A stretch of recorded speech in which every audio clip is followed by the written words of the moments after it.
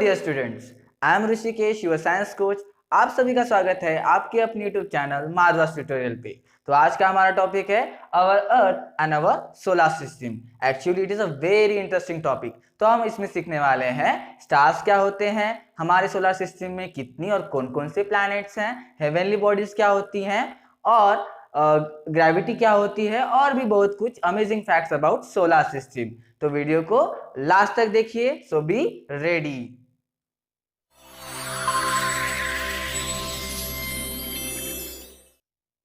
तो बच्चों, अब हम रात को जब खुले आसमान की तरफ देखते हैं तो हमें बहुत छोटी छोटी चीजें, कुछ चमकती हुई चीजें दिखाई देती हैं। उसे उसे हम क्या कहते हैं? यस, उन्हें हम कहते हैं स्टार्स। एक्चुअली स्टार्स हमारे से बहुत दूर होते हैं। तो हम देखते हैं कि कुछ स्टार्स हमें ब्राइट और प्रोमिनेंट दिखाई देते हैं, तो कुछ स्टार्स हमें टाइनी और फेंट दिखाई देते हैं। ठीक है, तो अगर हम उसे गौर से देखेंगे तो कुछ स्टार्स चमकती हुई दिखाई देती हैं, तो कुछ स्टार्स हमें चमकते हुए नहीं दिखाई देते।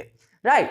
तो जैसे कि अब सन, मून हमारे अर्थ के बहुत पास होते हैं, इसलिए हमें ब्राइट और प्रोमिनेंट और बड़े दिखते हैं, राउंड सर्कल में हमें दिखते हैं। राइट। तो एक्चुअली जैसे कि जो भी हमारे सोलर सिस्टम में जो भी प्रेजेंट होता है उसे हम हेवनली बॉडीज कहते हैं। राइट। जैसे कि आप देखिए, the sun, the stars and planets etc, it is known as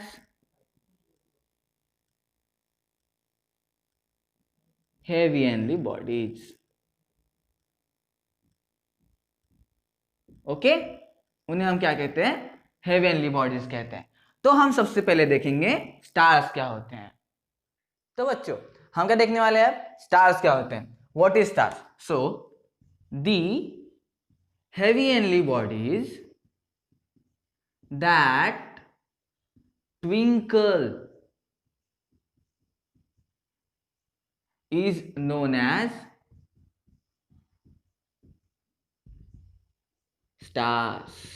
यानी जैसे मैंने आपको थोड़ी देर पहले बताया कि हमारे सोलर सिस्टम में बहुत सारे हेवनली बॉडीज होते हैं। तो जो जो ऐसे हेवनली बॉडीज होते हैं जो चमकते हैं यानी ट्विंकल करते हैं, उन्हें हम क्या कहते हैं? स्टार्स कहते हैं। अब क्यों चमकते हैं? क्योंकि स्टार्स के पास खुद की लाइट होती है। एक्चुअली स्टार्स बहुत सारे होते हैं और बहुत सारे स्टार्स हमारे से बहुत दूर दूर होते हैं, but the very close to the earth, the star is very close to the earth, वो कौन सा है? वो हमारा सन है। ठीक है, इसलिए वो हमें बड़ा और ब्राइट और प्रोमिनेंट दिखता है। उससे हमें क्या मिलते हैं? तो उससे हमें मिलता है लाइट एंड हीट। ओके बच्चों, तो अब मैं कुछ तुम्हें फैक्ट बताना चाहूंगा। फैक्ट्स देखिए, तो सन और अर्थ की दूरी कितनी है? तो सन और अर्थ की दूरी है, the distance between sun and earth is 152.09 million kilometre. Right. अब इतनी बड़ी दूरी सनलाइट को भी ट्रैवल करने में कुछ टाइम लगता होगा, कुछ टाइम पीरियड लगता होगा। यस, तो वो टाइम पीरियड लगता है। The sunlight take 8 minute and 20 second to reach on earth. यानी सनलाइट को, सूर्य प्रकाश को अर्थ के पास आने में 8 मिनट और 20 सेकेंड का वक्त लगता है। ओके बच्चों, तो अब देखेंगे हम प्लैनेट्स क्या होते हैं। जैसे बहुत सारे हेवनली बॉडीज होते हैं, उसमें दी heavenly bodies that do not twinkle is known as planet। ठीक है, ऐसी हेवनली बॉडीज जो ट्विंकल नहीं करती उसे हम प्लैनेट कहते हैं। एक्चुअली प्लैनेट के पास खुद की लाइट नहीं होती, वो प्लैनेट से मतलब स्टार से लाइट लेते हैं और उसे रिफ्लेक्ट करते हैं। मैंने थोड़ी देर पहले आपको बताया था कि अगर हम स्टार्स, जैसे हम आसमान की तरफ देखते हैं, रात को हम आसमान की तरफ देखते हैं तो हमें बहुत सारे चमकती हुई चीजें नजर आती है, उसे हम क्या कहेंगे? स्टार्स कहेंगे। ओके, तो मैंने आपको बताया था जब हम स्टार्स को गौर से देखते हैं तो कुछ स्टार्स हमें बिल्कुल प्रोमिनेंट एंड ब्राइट दिखाई देते हैं, तो कुछ स्टार्स हमें लाइट दिखाई देते हैं। ठीक है, और या तो फिर कुछ स्टार्स हमें चमकते हुए दिखाई देते हैं, कुछ स्टार्स हमें नहीं चमकते हुए दिखाई देते। जो नहीं चमकते हुए दिखाई देते हैं ना, वो एक्चुअली क्या होते हैं? प्लैनेट्स होते हैं, और वो स्टार्स की लाइट को क्या कर रहे होते हैं? रिफ्लेक्ट कर रहे होते हैं। ओके, तो प्लैनेट्स एक्चुअली ना क्या करते हैं, स्टार्स के अराउंड क्या करते हैं, रिवॉल्व करते हैं इन अ डेफिनाइट पीरियड, उसे हम कहेंगे रिवोल्यूशन ऑफ पीरियड। और स्टार प्लैनेट्स क्या करते हैं, खुद के एक्सिस के अराउंड भी क्या करते हैं, रोटेट करते हैं इन अ डेफिनाइट पीरियड, तो उसे हम कहेंगे रोटेशन ऑफ पीरियड। ओके बच्चों, तो अब हम देखेंगे हमारी सोलर सिस्टम क्या है, सोलर सिस्टम में कितने और कौन कौन से प्लैनेट्स होती हैं और उसकी डेफिनेशन करेंगे। चलो बच्चों, तो बच्चों solar system, actually solar system क्या होता है, तो सोलर सिस्टम क्या होता है, जो भी प्लैनेट्स होते हैं, जैसे मैंने आपको बताया जो प्लैनेट्स होते हैं वो रिवॉल्व करते हैं अराउंड दी सन। ओके, अब कौन कौन से प्लैनेट्स होते हैं वो देखते हैं। ठीक है, पहला क्या है, mercury. Mercury it is the smallest planet in our solar system, सबसे छोटा प्लैनेट है हमारे सोलर सिस्टम में का, और सबसे पास वाला, it is the first planet from the sun. Then second it is the Venus. Venus it is the second planet from the sun and it is the hottest planet. क्या कहेंगे हम, hottest planet, सबसे गर्म, hottest planet in our solar system.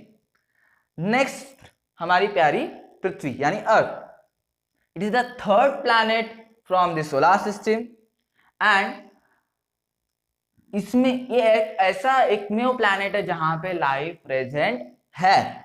Then Mars, Mars it is the fourth planet from the sun, it is also called red planet, क्योंकि इसका surface क्या होता है, रेड होता है, इसे हम इसे रेड प्लैनेट कहते हैं। उसके बाद आपको ये क्या दिख रहा है, इसे हम कहते हैं एस्ट्रॉइड बेल्ट, इसमें एक एस्ट्रॉइड बेल्ट होता है, इसमें एस्ट्रॉइड क्या होता है मैं थोड़ी देर बाद आपको बताऊंगा। उसके बाद क्या दिख रहा है आपको, Jupiter, it is the biggest planet, सबसे बड़ा प्लैनेट हमारे पूरे सोलर सिस्टम में। ठीक है, उसके बाद सैटर्न, और उसके बाद यूरेनस, देन नेपच्यून, उसके बाद है प्लूटो। प्लूटो पहले प्लैनेट था, बट अकॉर्डिंग टू 2006 IAU यानी इंटरनेशनल एस्ट्रोनॉमिकल यूनियन ने एक प्लैनेट की नई डेफिनेशन की, उसके अनुसार प्लूटो प्लैनेट्स के कैटेगरी में नहीं आता, इसीलिए अब हम उसे डार्क प्लैनेट कहते हैं। एक्चुअली प्लूटो भी इंडिपेंडेंटली सन के अराउंड रिवॉल्यूशन करता है और उसकी भी खुद की एक ऑर्बिट है। ओके, तो जो हमने ये 8 प्लैनेट्स देखे हैं उसको हम 2 टाइप में क्लासिफाई कर सकते हैं। पहला, ये जो mercury, Venus, earth and Mars, इसे हम टेरेस्ट्रियल प्लैनेट कहते हैं और इनर ऑर्बिट प्लैनेट कहते हैं। ठीक है, टेरेस्ट्रियल प्लैनेट्स में क्या क्या विशेषताएं होती हैं, सबसे पहले ये क्या होते हैं, रॉकी मटेरियल से बने होते हैं, किससे, रॉकी मटेरियल से बने होते हैं। उसके बाद इनके पास एक तो मून होता है या फिर मून नहीं होता, या फिर बहुत कम मून होते हैं या फिर नहीं होता, यानी वेरी फ्यू मून्स। ठीक है, देन स्मॉल इन साइज होते हैं, क्या होते हैं, small in size. Then next, जो भी Jupiter, Saturn, Uranus and Neptune, इन्हें हम क्या कहते हैं, जोवियन प्लैनेट्स और आउटर ऑर्बिट प्लैनेट्स, क्योंकि वो एस्टेरॉयड बेल्ट की इस तरफ होते हैं और एस्टेरॉयड बेल्ट के इस तरफ वाले को हम इनर ऑर्बिटल प्लैनेट्स कहते हैं और इसे हम कहते हैं आउटर ऑर्बिटल प्लैनेट्स। ठीक है, और उसका दूसरा नाम होता है Jovian planets. Actually Jovian planets को भी हम 2 टाइप में डिवाइड करते हैं, वो होता है एक आइस जायंट और होता है गैस जायंट। तो जुपिटर और सैटर्न क्या होता है, गैस जायंट, गैस जायंट, और यूरेनस और नेपच्यून को कहेंगे हम आइस जायंट। ठीक है, तो इस प्रकार से 8 प्लैनेट्स हमारे सन के अराउंड क्या करते हैं, रिवॉल्व करते हैं। अगर हम सोलर सिस्टम की डेफिनेशन करना चाहेंगे तो कैसे करेंगे, the sun is a star and a planet that revolve around it together called solar system. जो भी जो प्लैनेट्स होते हैं और हमारा जो स्टार्स होते हैं, स्टार है हमारा जो सन कहते हैं, सन के अराउंड क्या करते हैं, रिवॉल्व करते हैं, इसे हम साथ में सोलर सिस्टम कहते हैं। इस प्रकार से हमारी सोलर सिस्टम होती है। अब और भी हमारे सोलर सिस्टम में अलग अलग हेवनली बॉडीज प्रेजेंट होती हैं, अब हम उनके बारे में पढ़ेंगे। ओके बच्चों, तो दोस्तों अदर हेवनली बॉडीज में आते हैं एस्टेरॉइड्स एंड सैटेलाइट्स। ठीक है, अब सैटेलाइट किसे कहते हैं, एक्चुअली सैटेलाइट इसे कहते हैं जो जैसे जो प्लैनेट्स होते हैं उनके अराउंड जो भी एक हेवनली बॉडीज क्या करती है, रिवॉल्व करती है, उसे हम कहते हैं सैटेलाइट।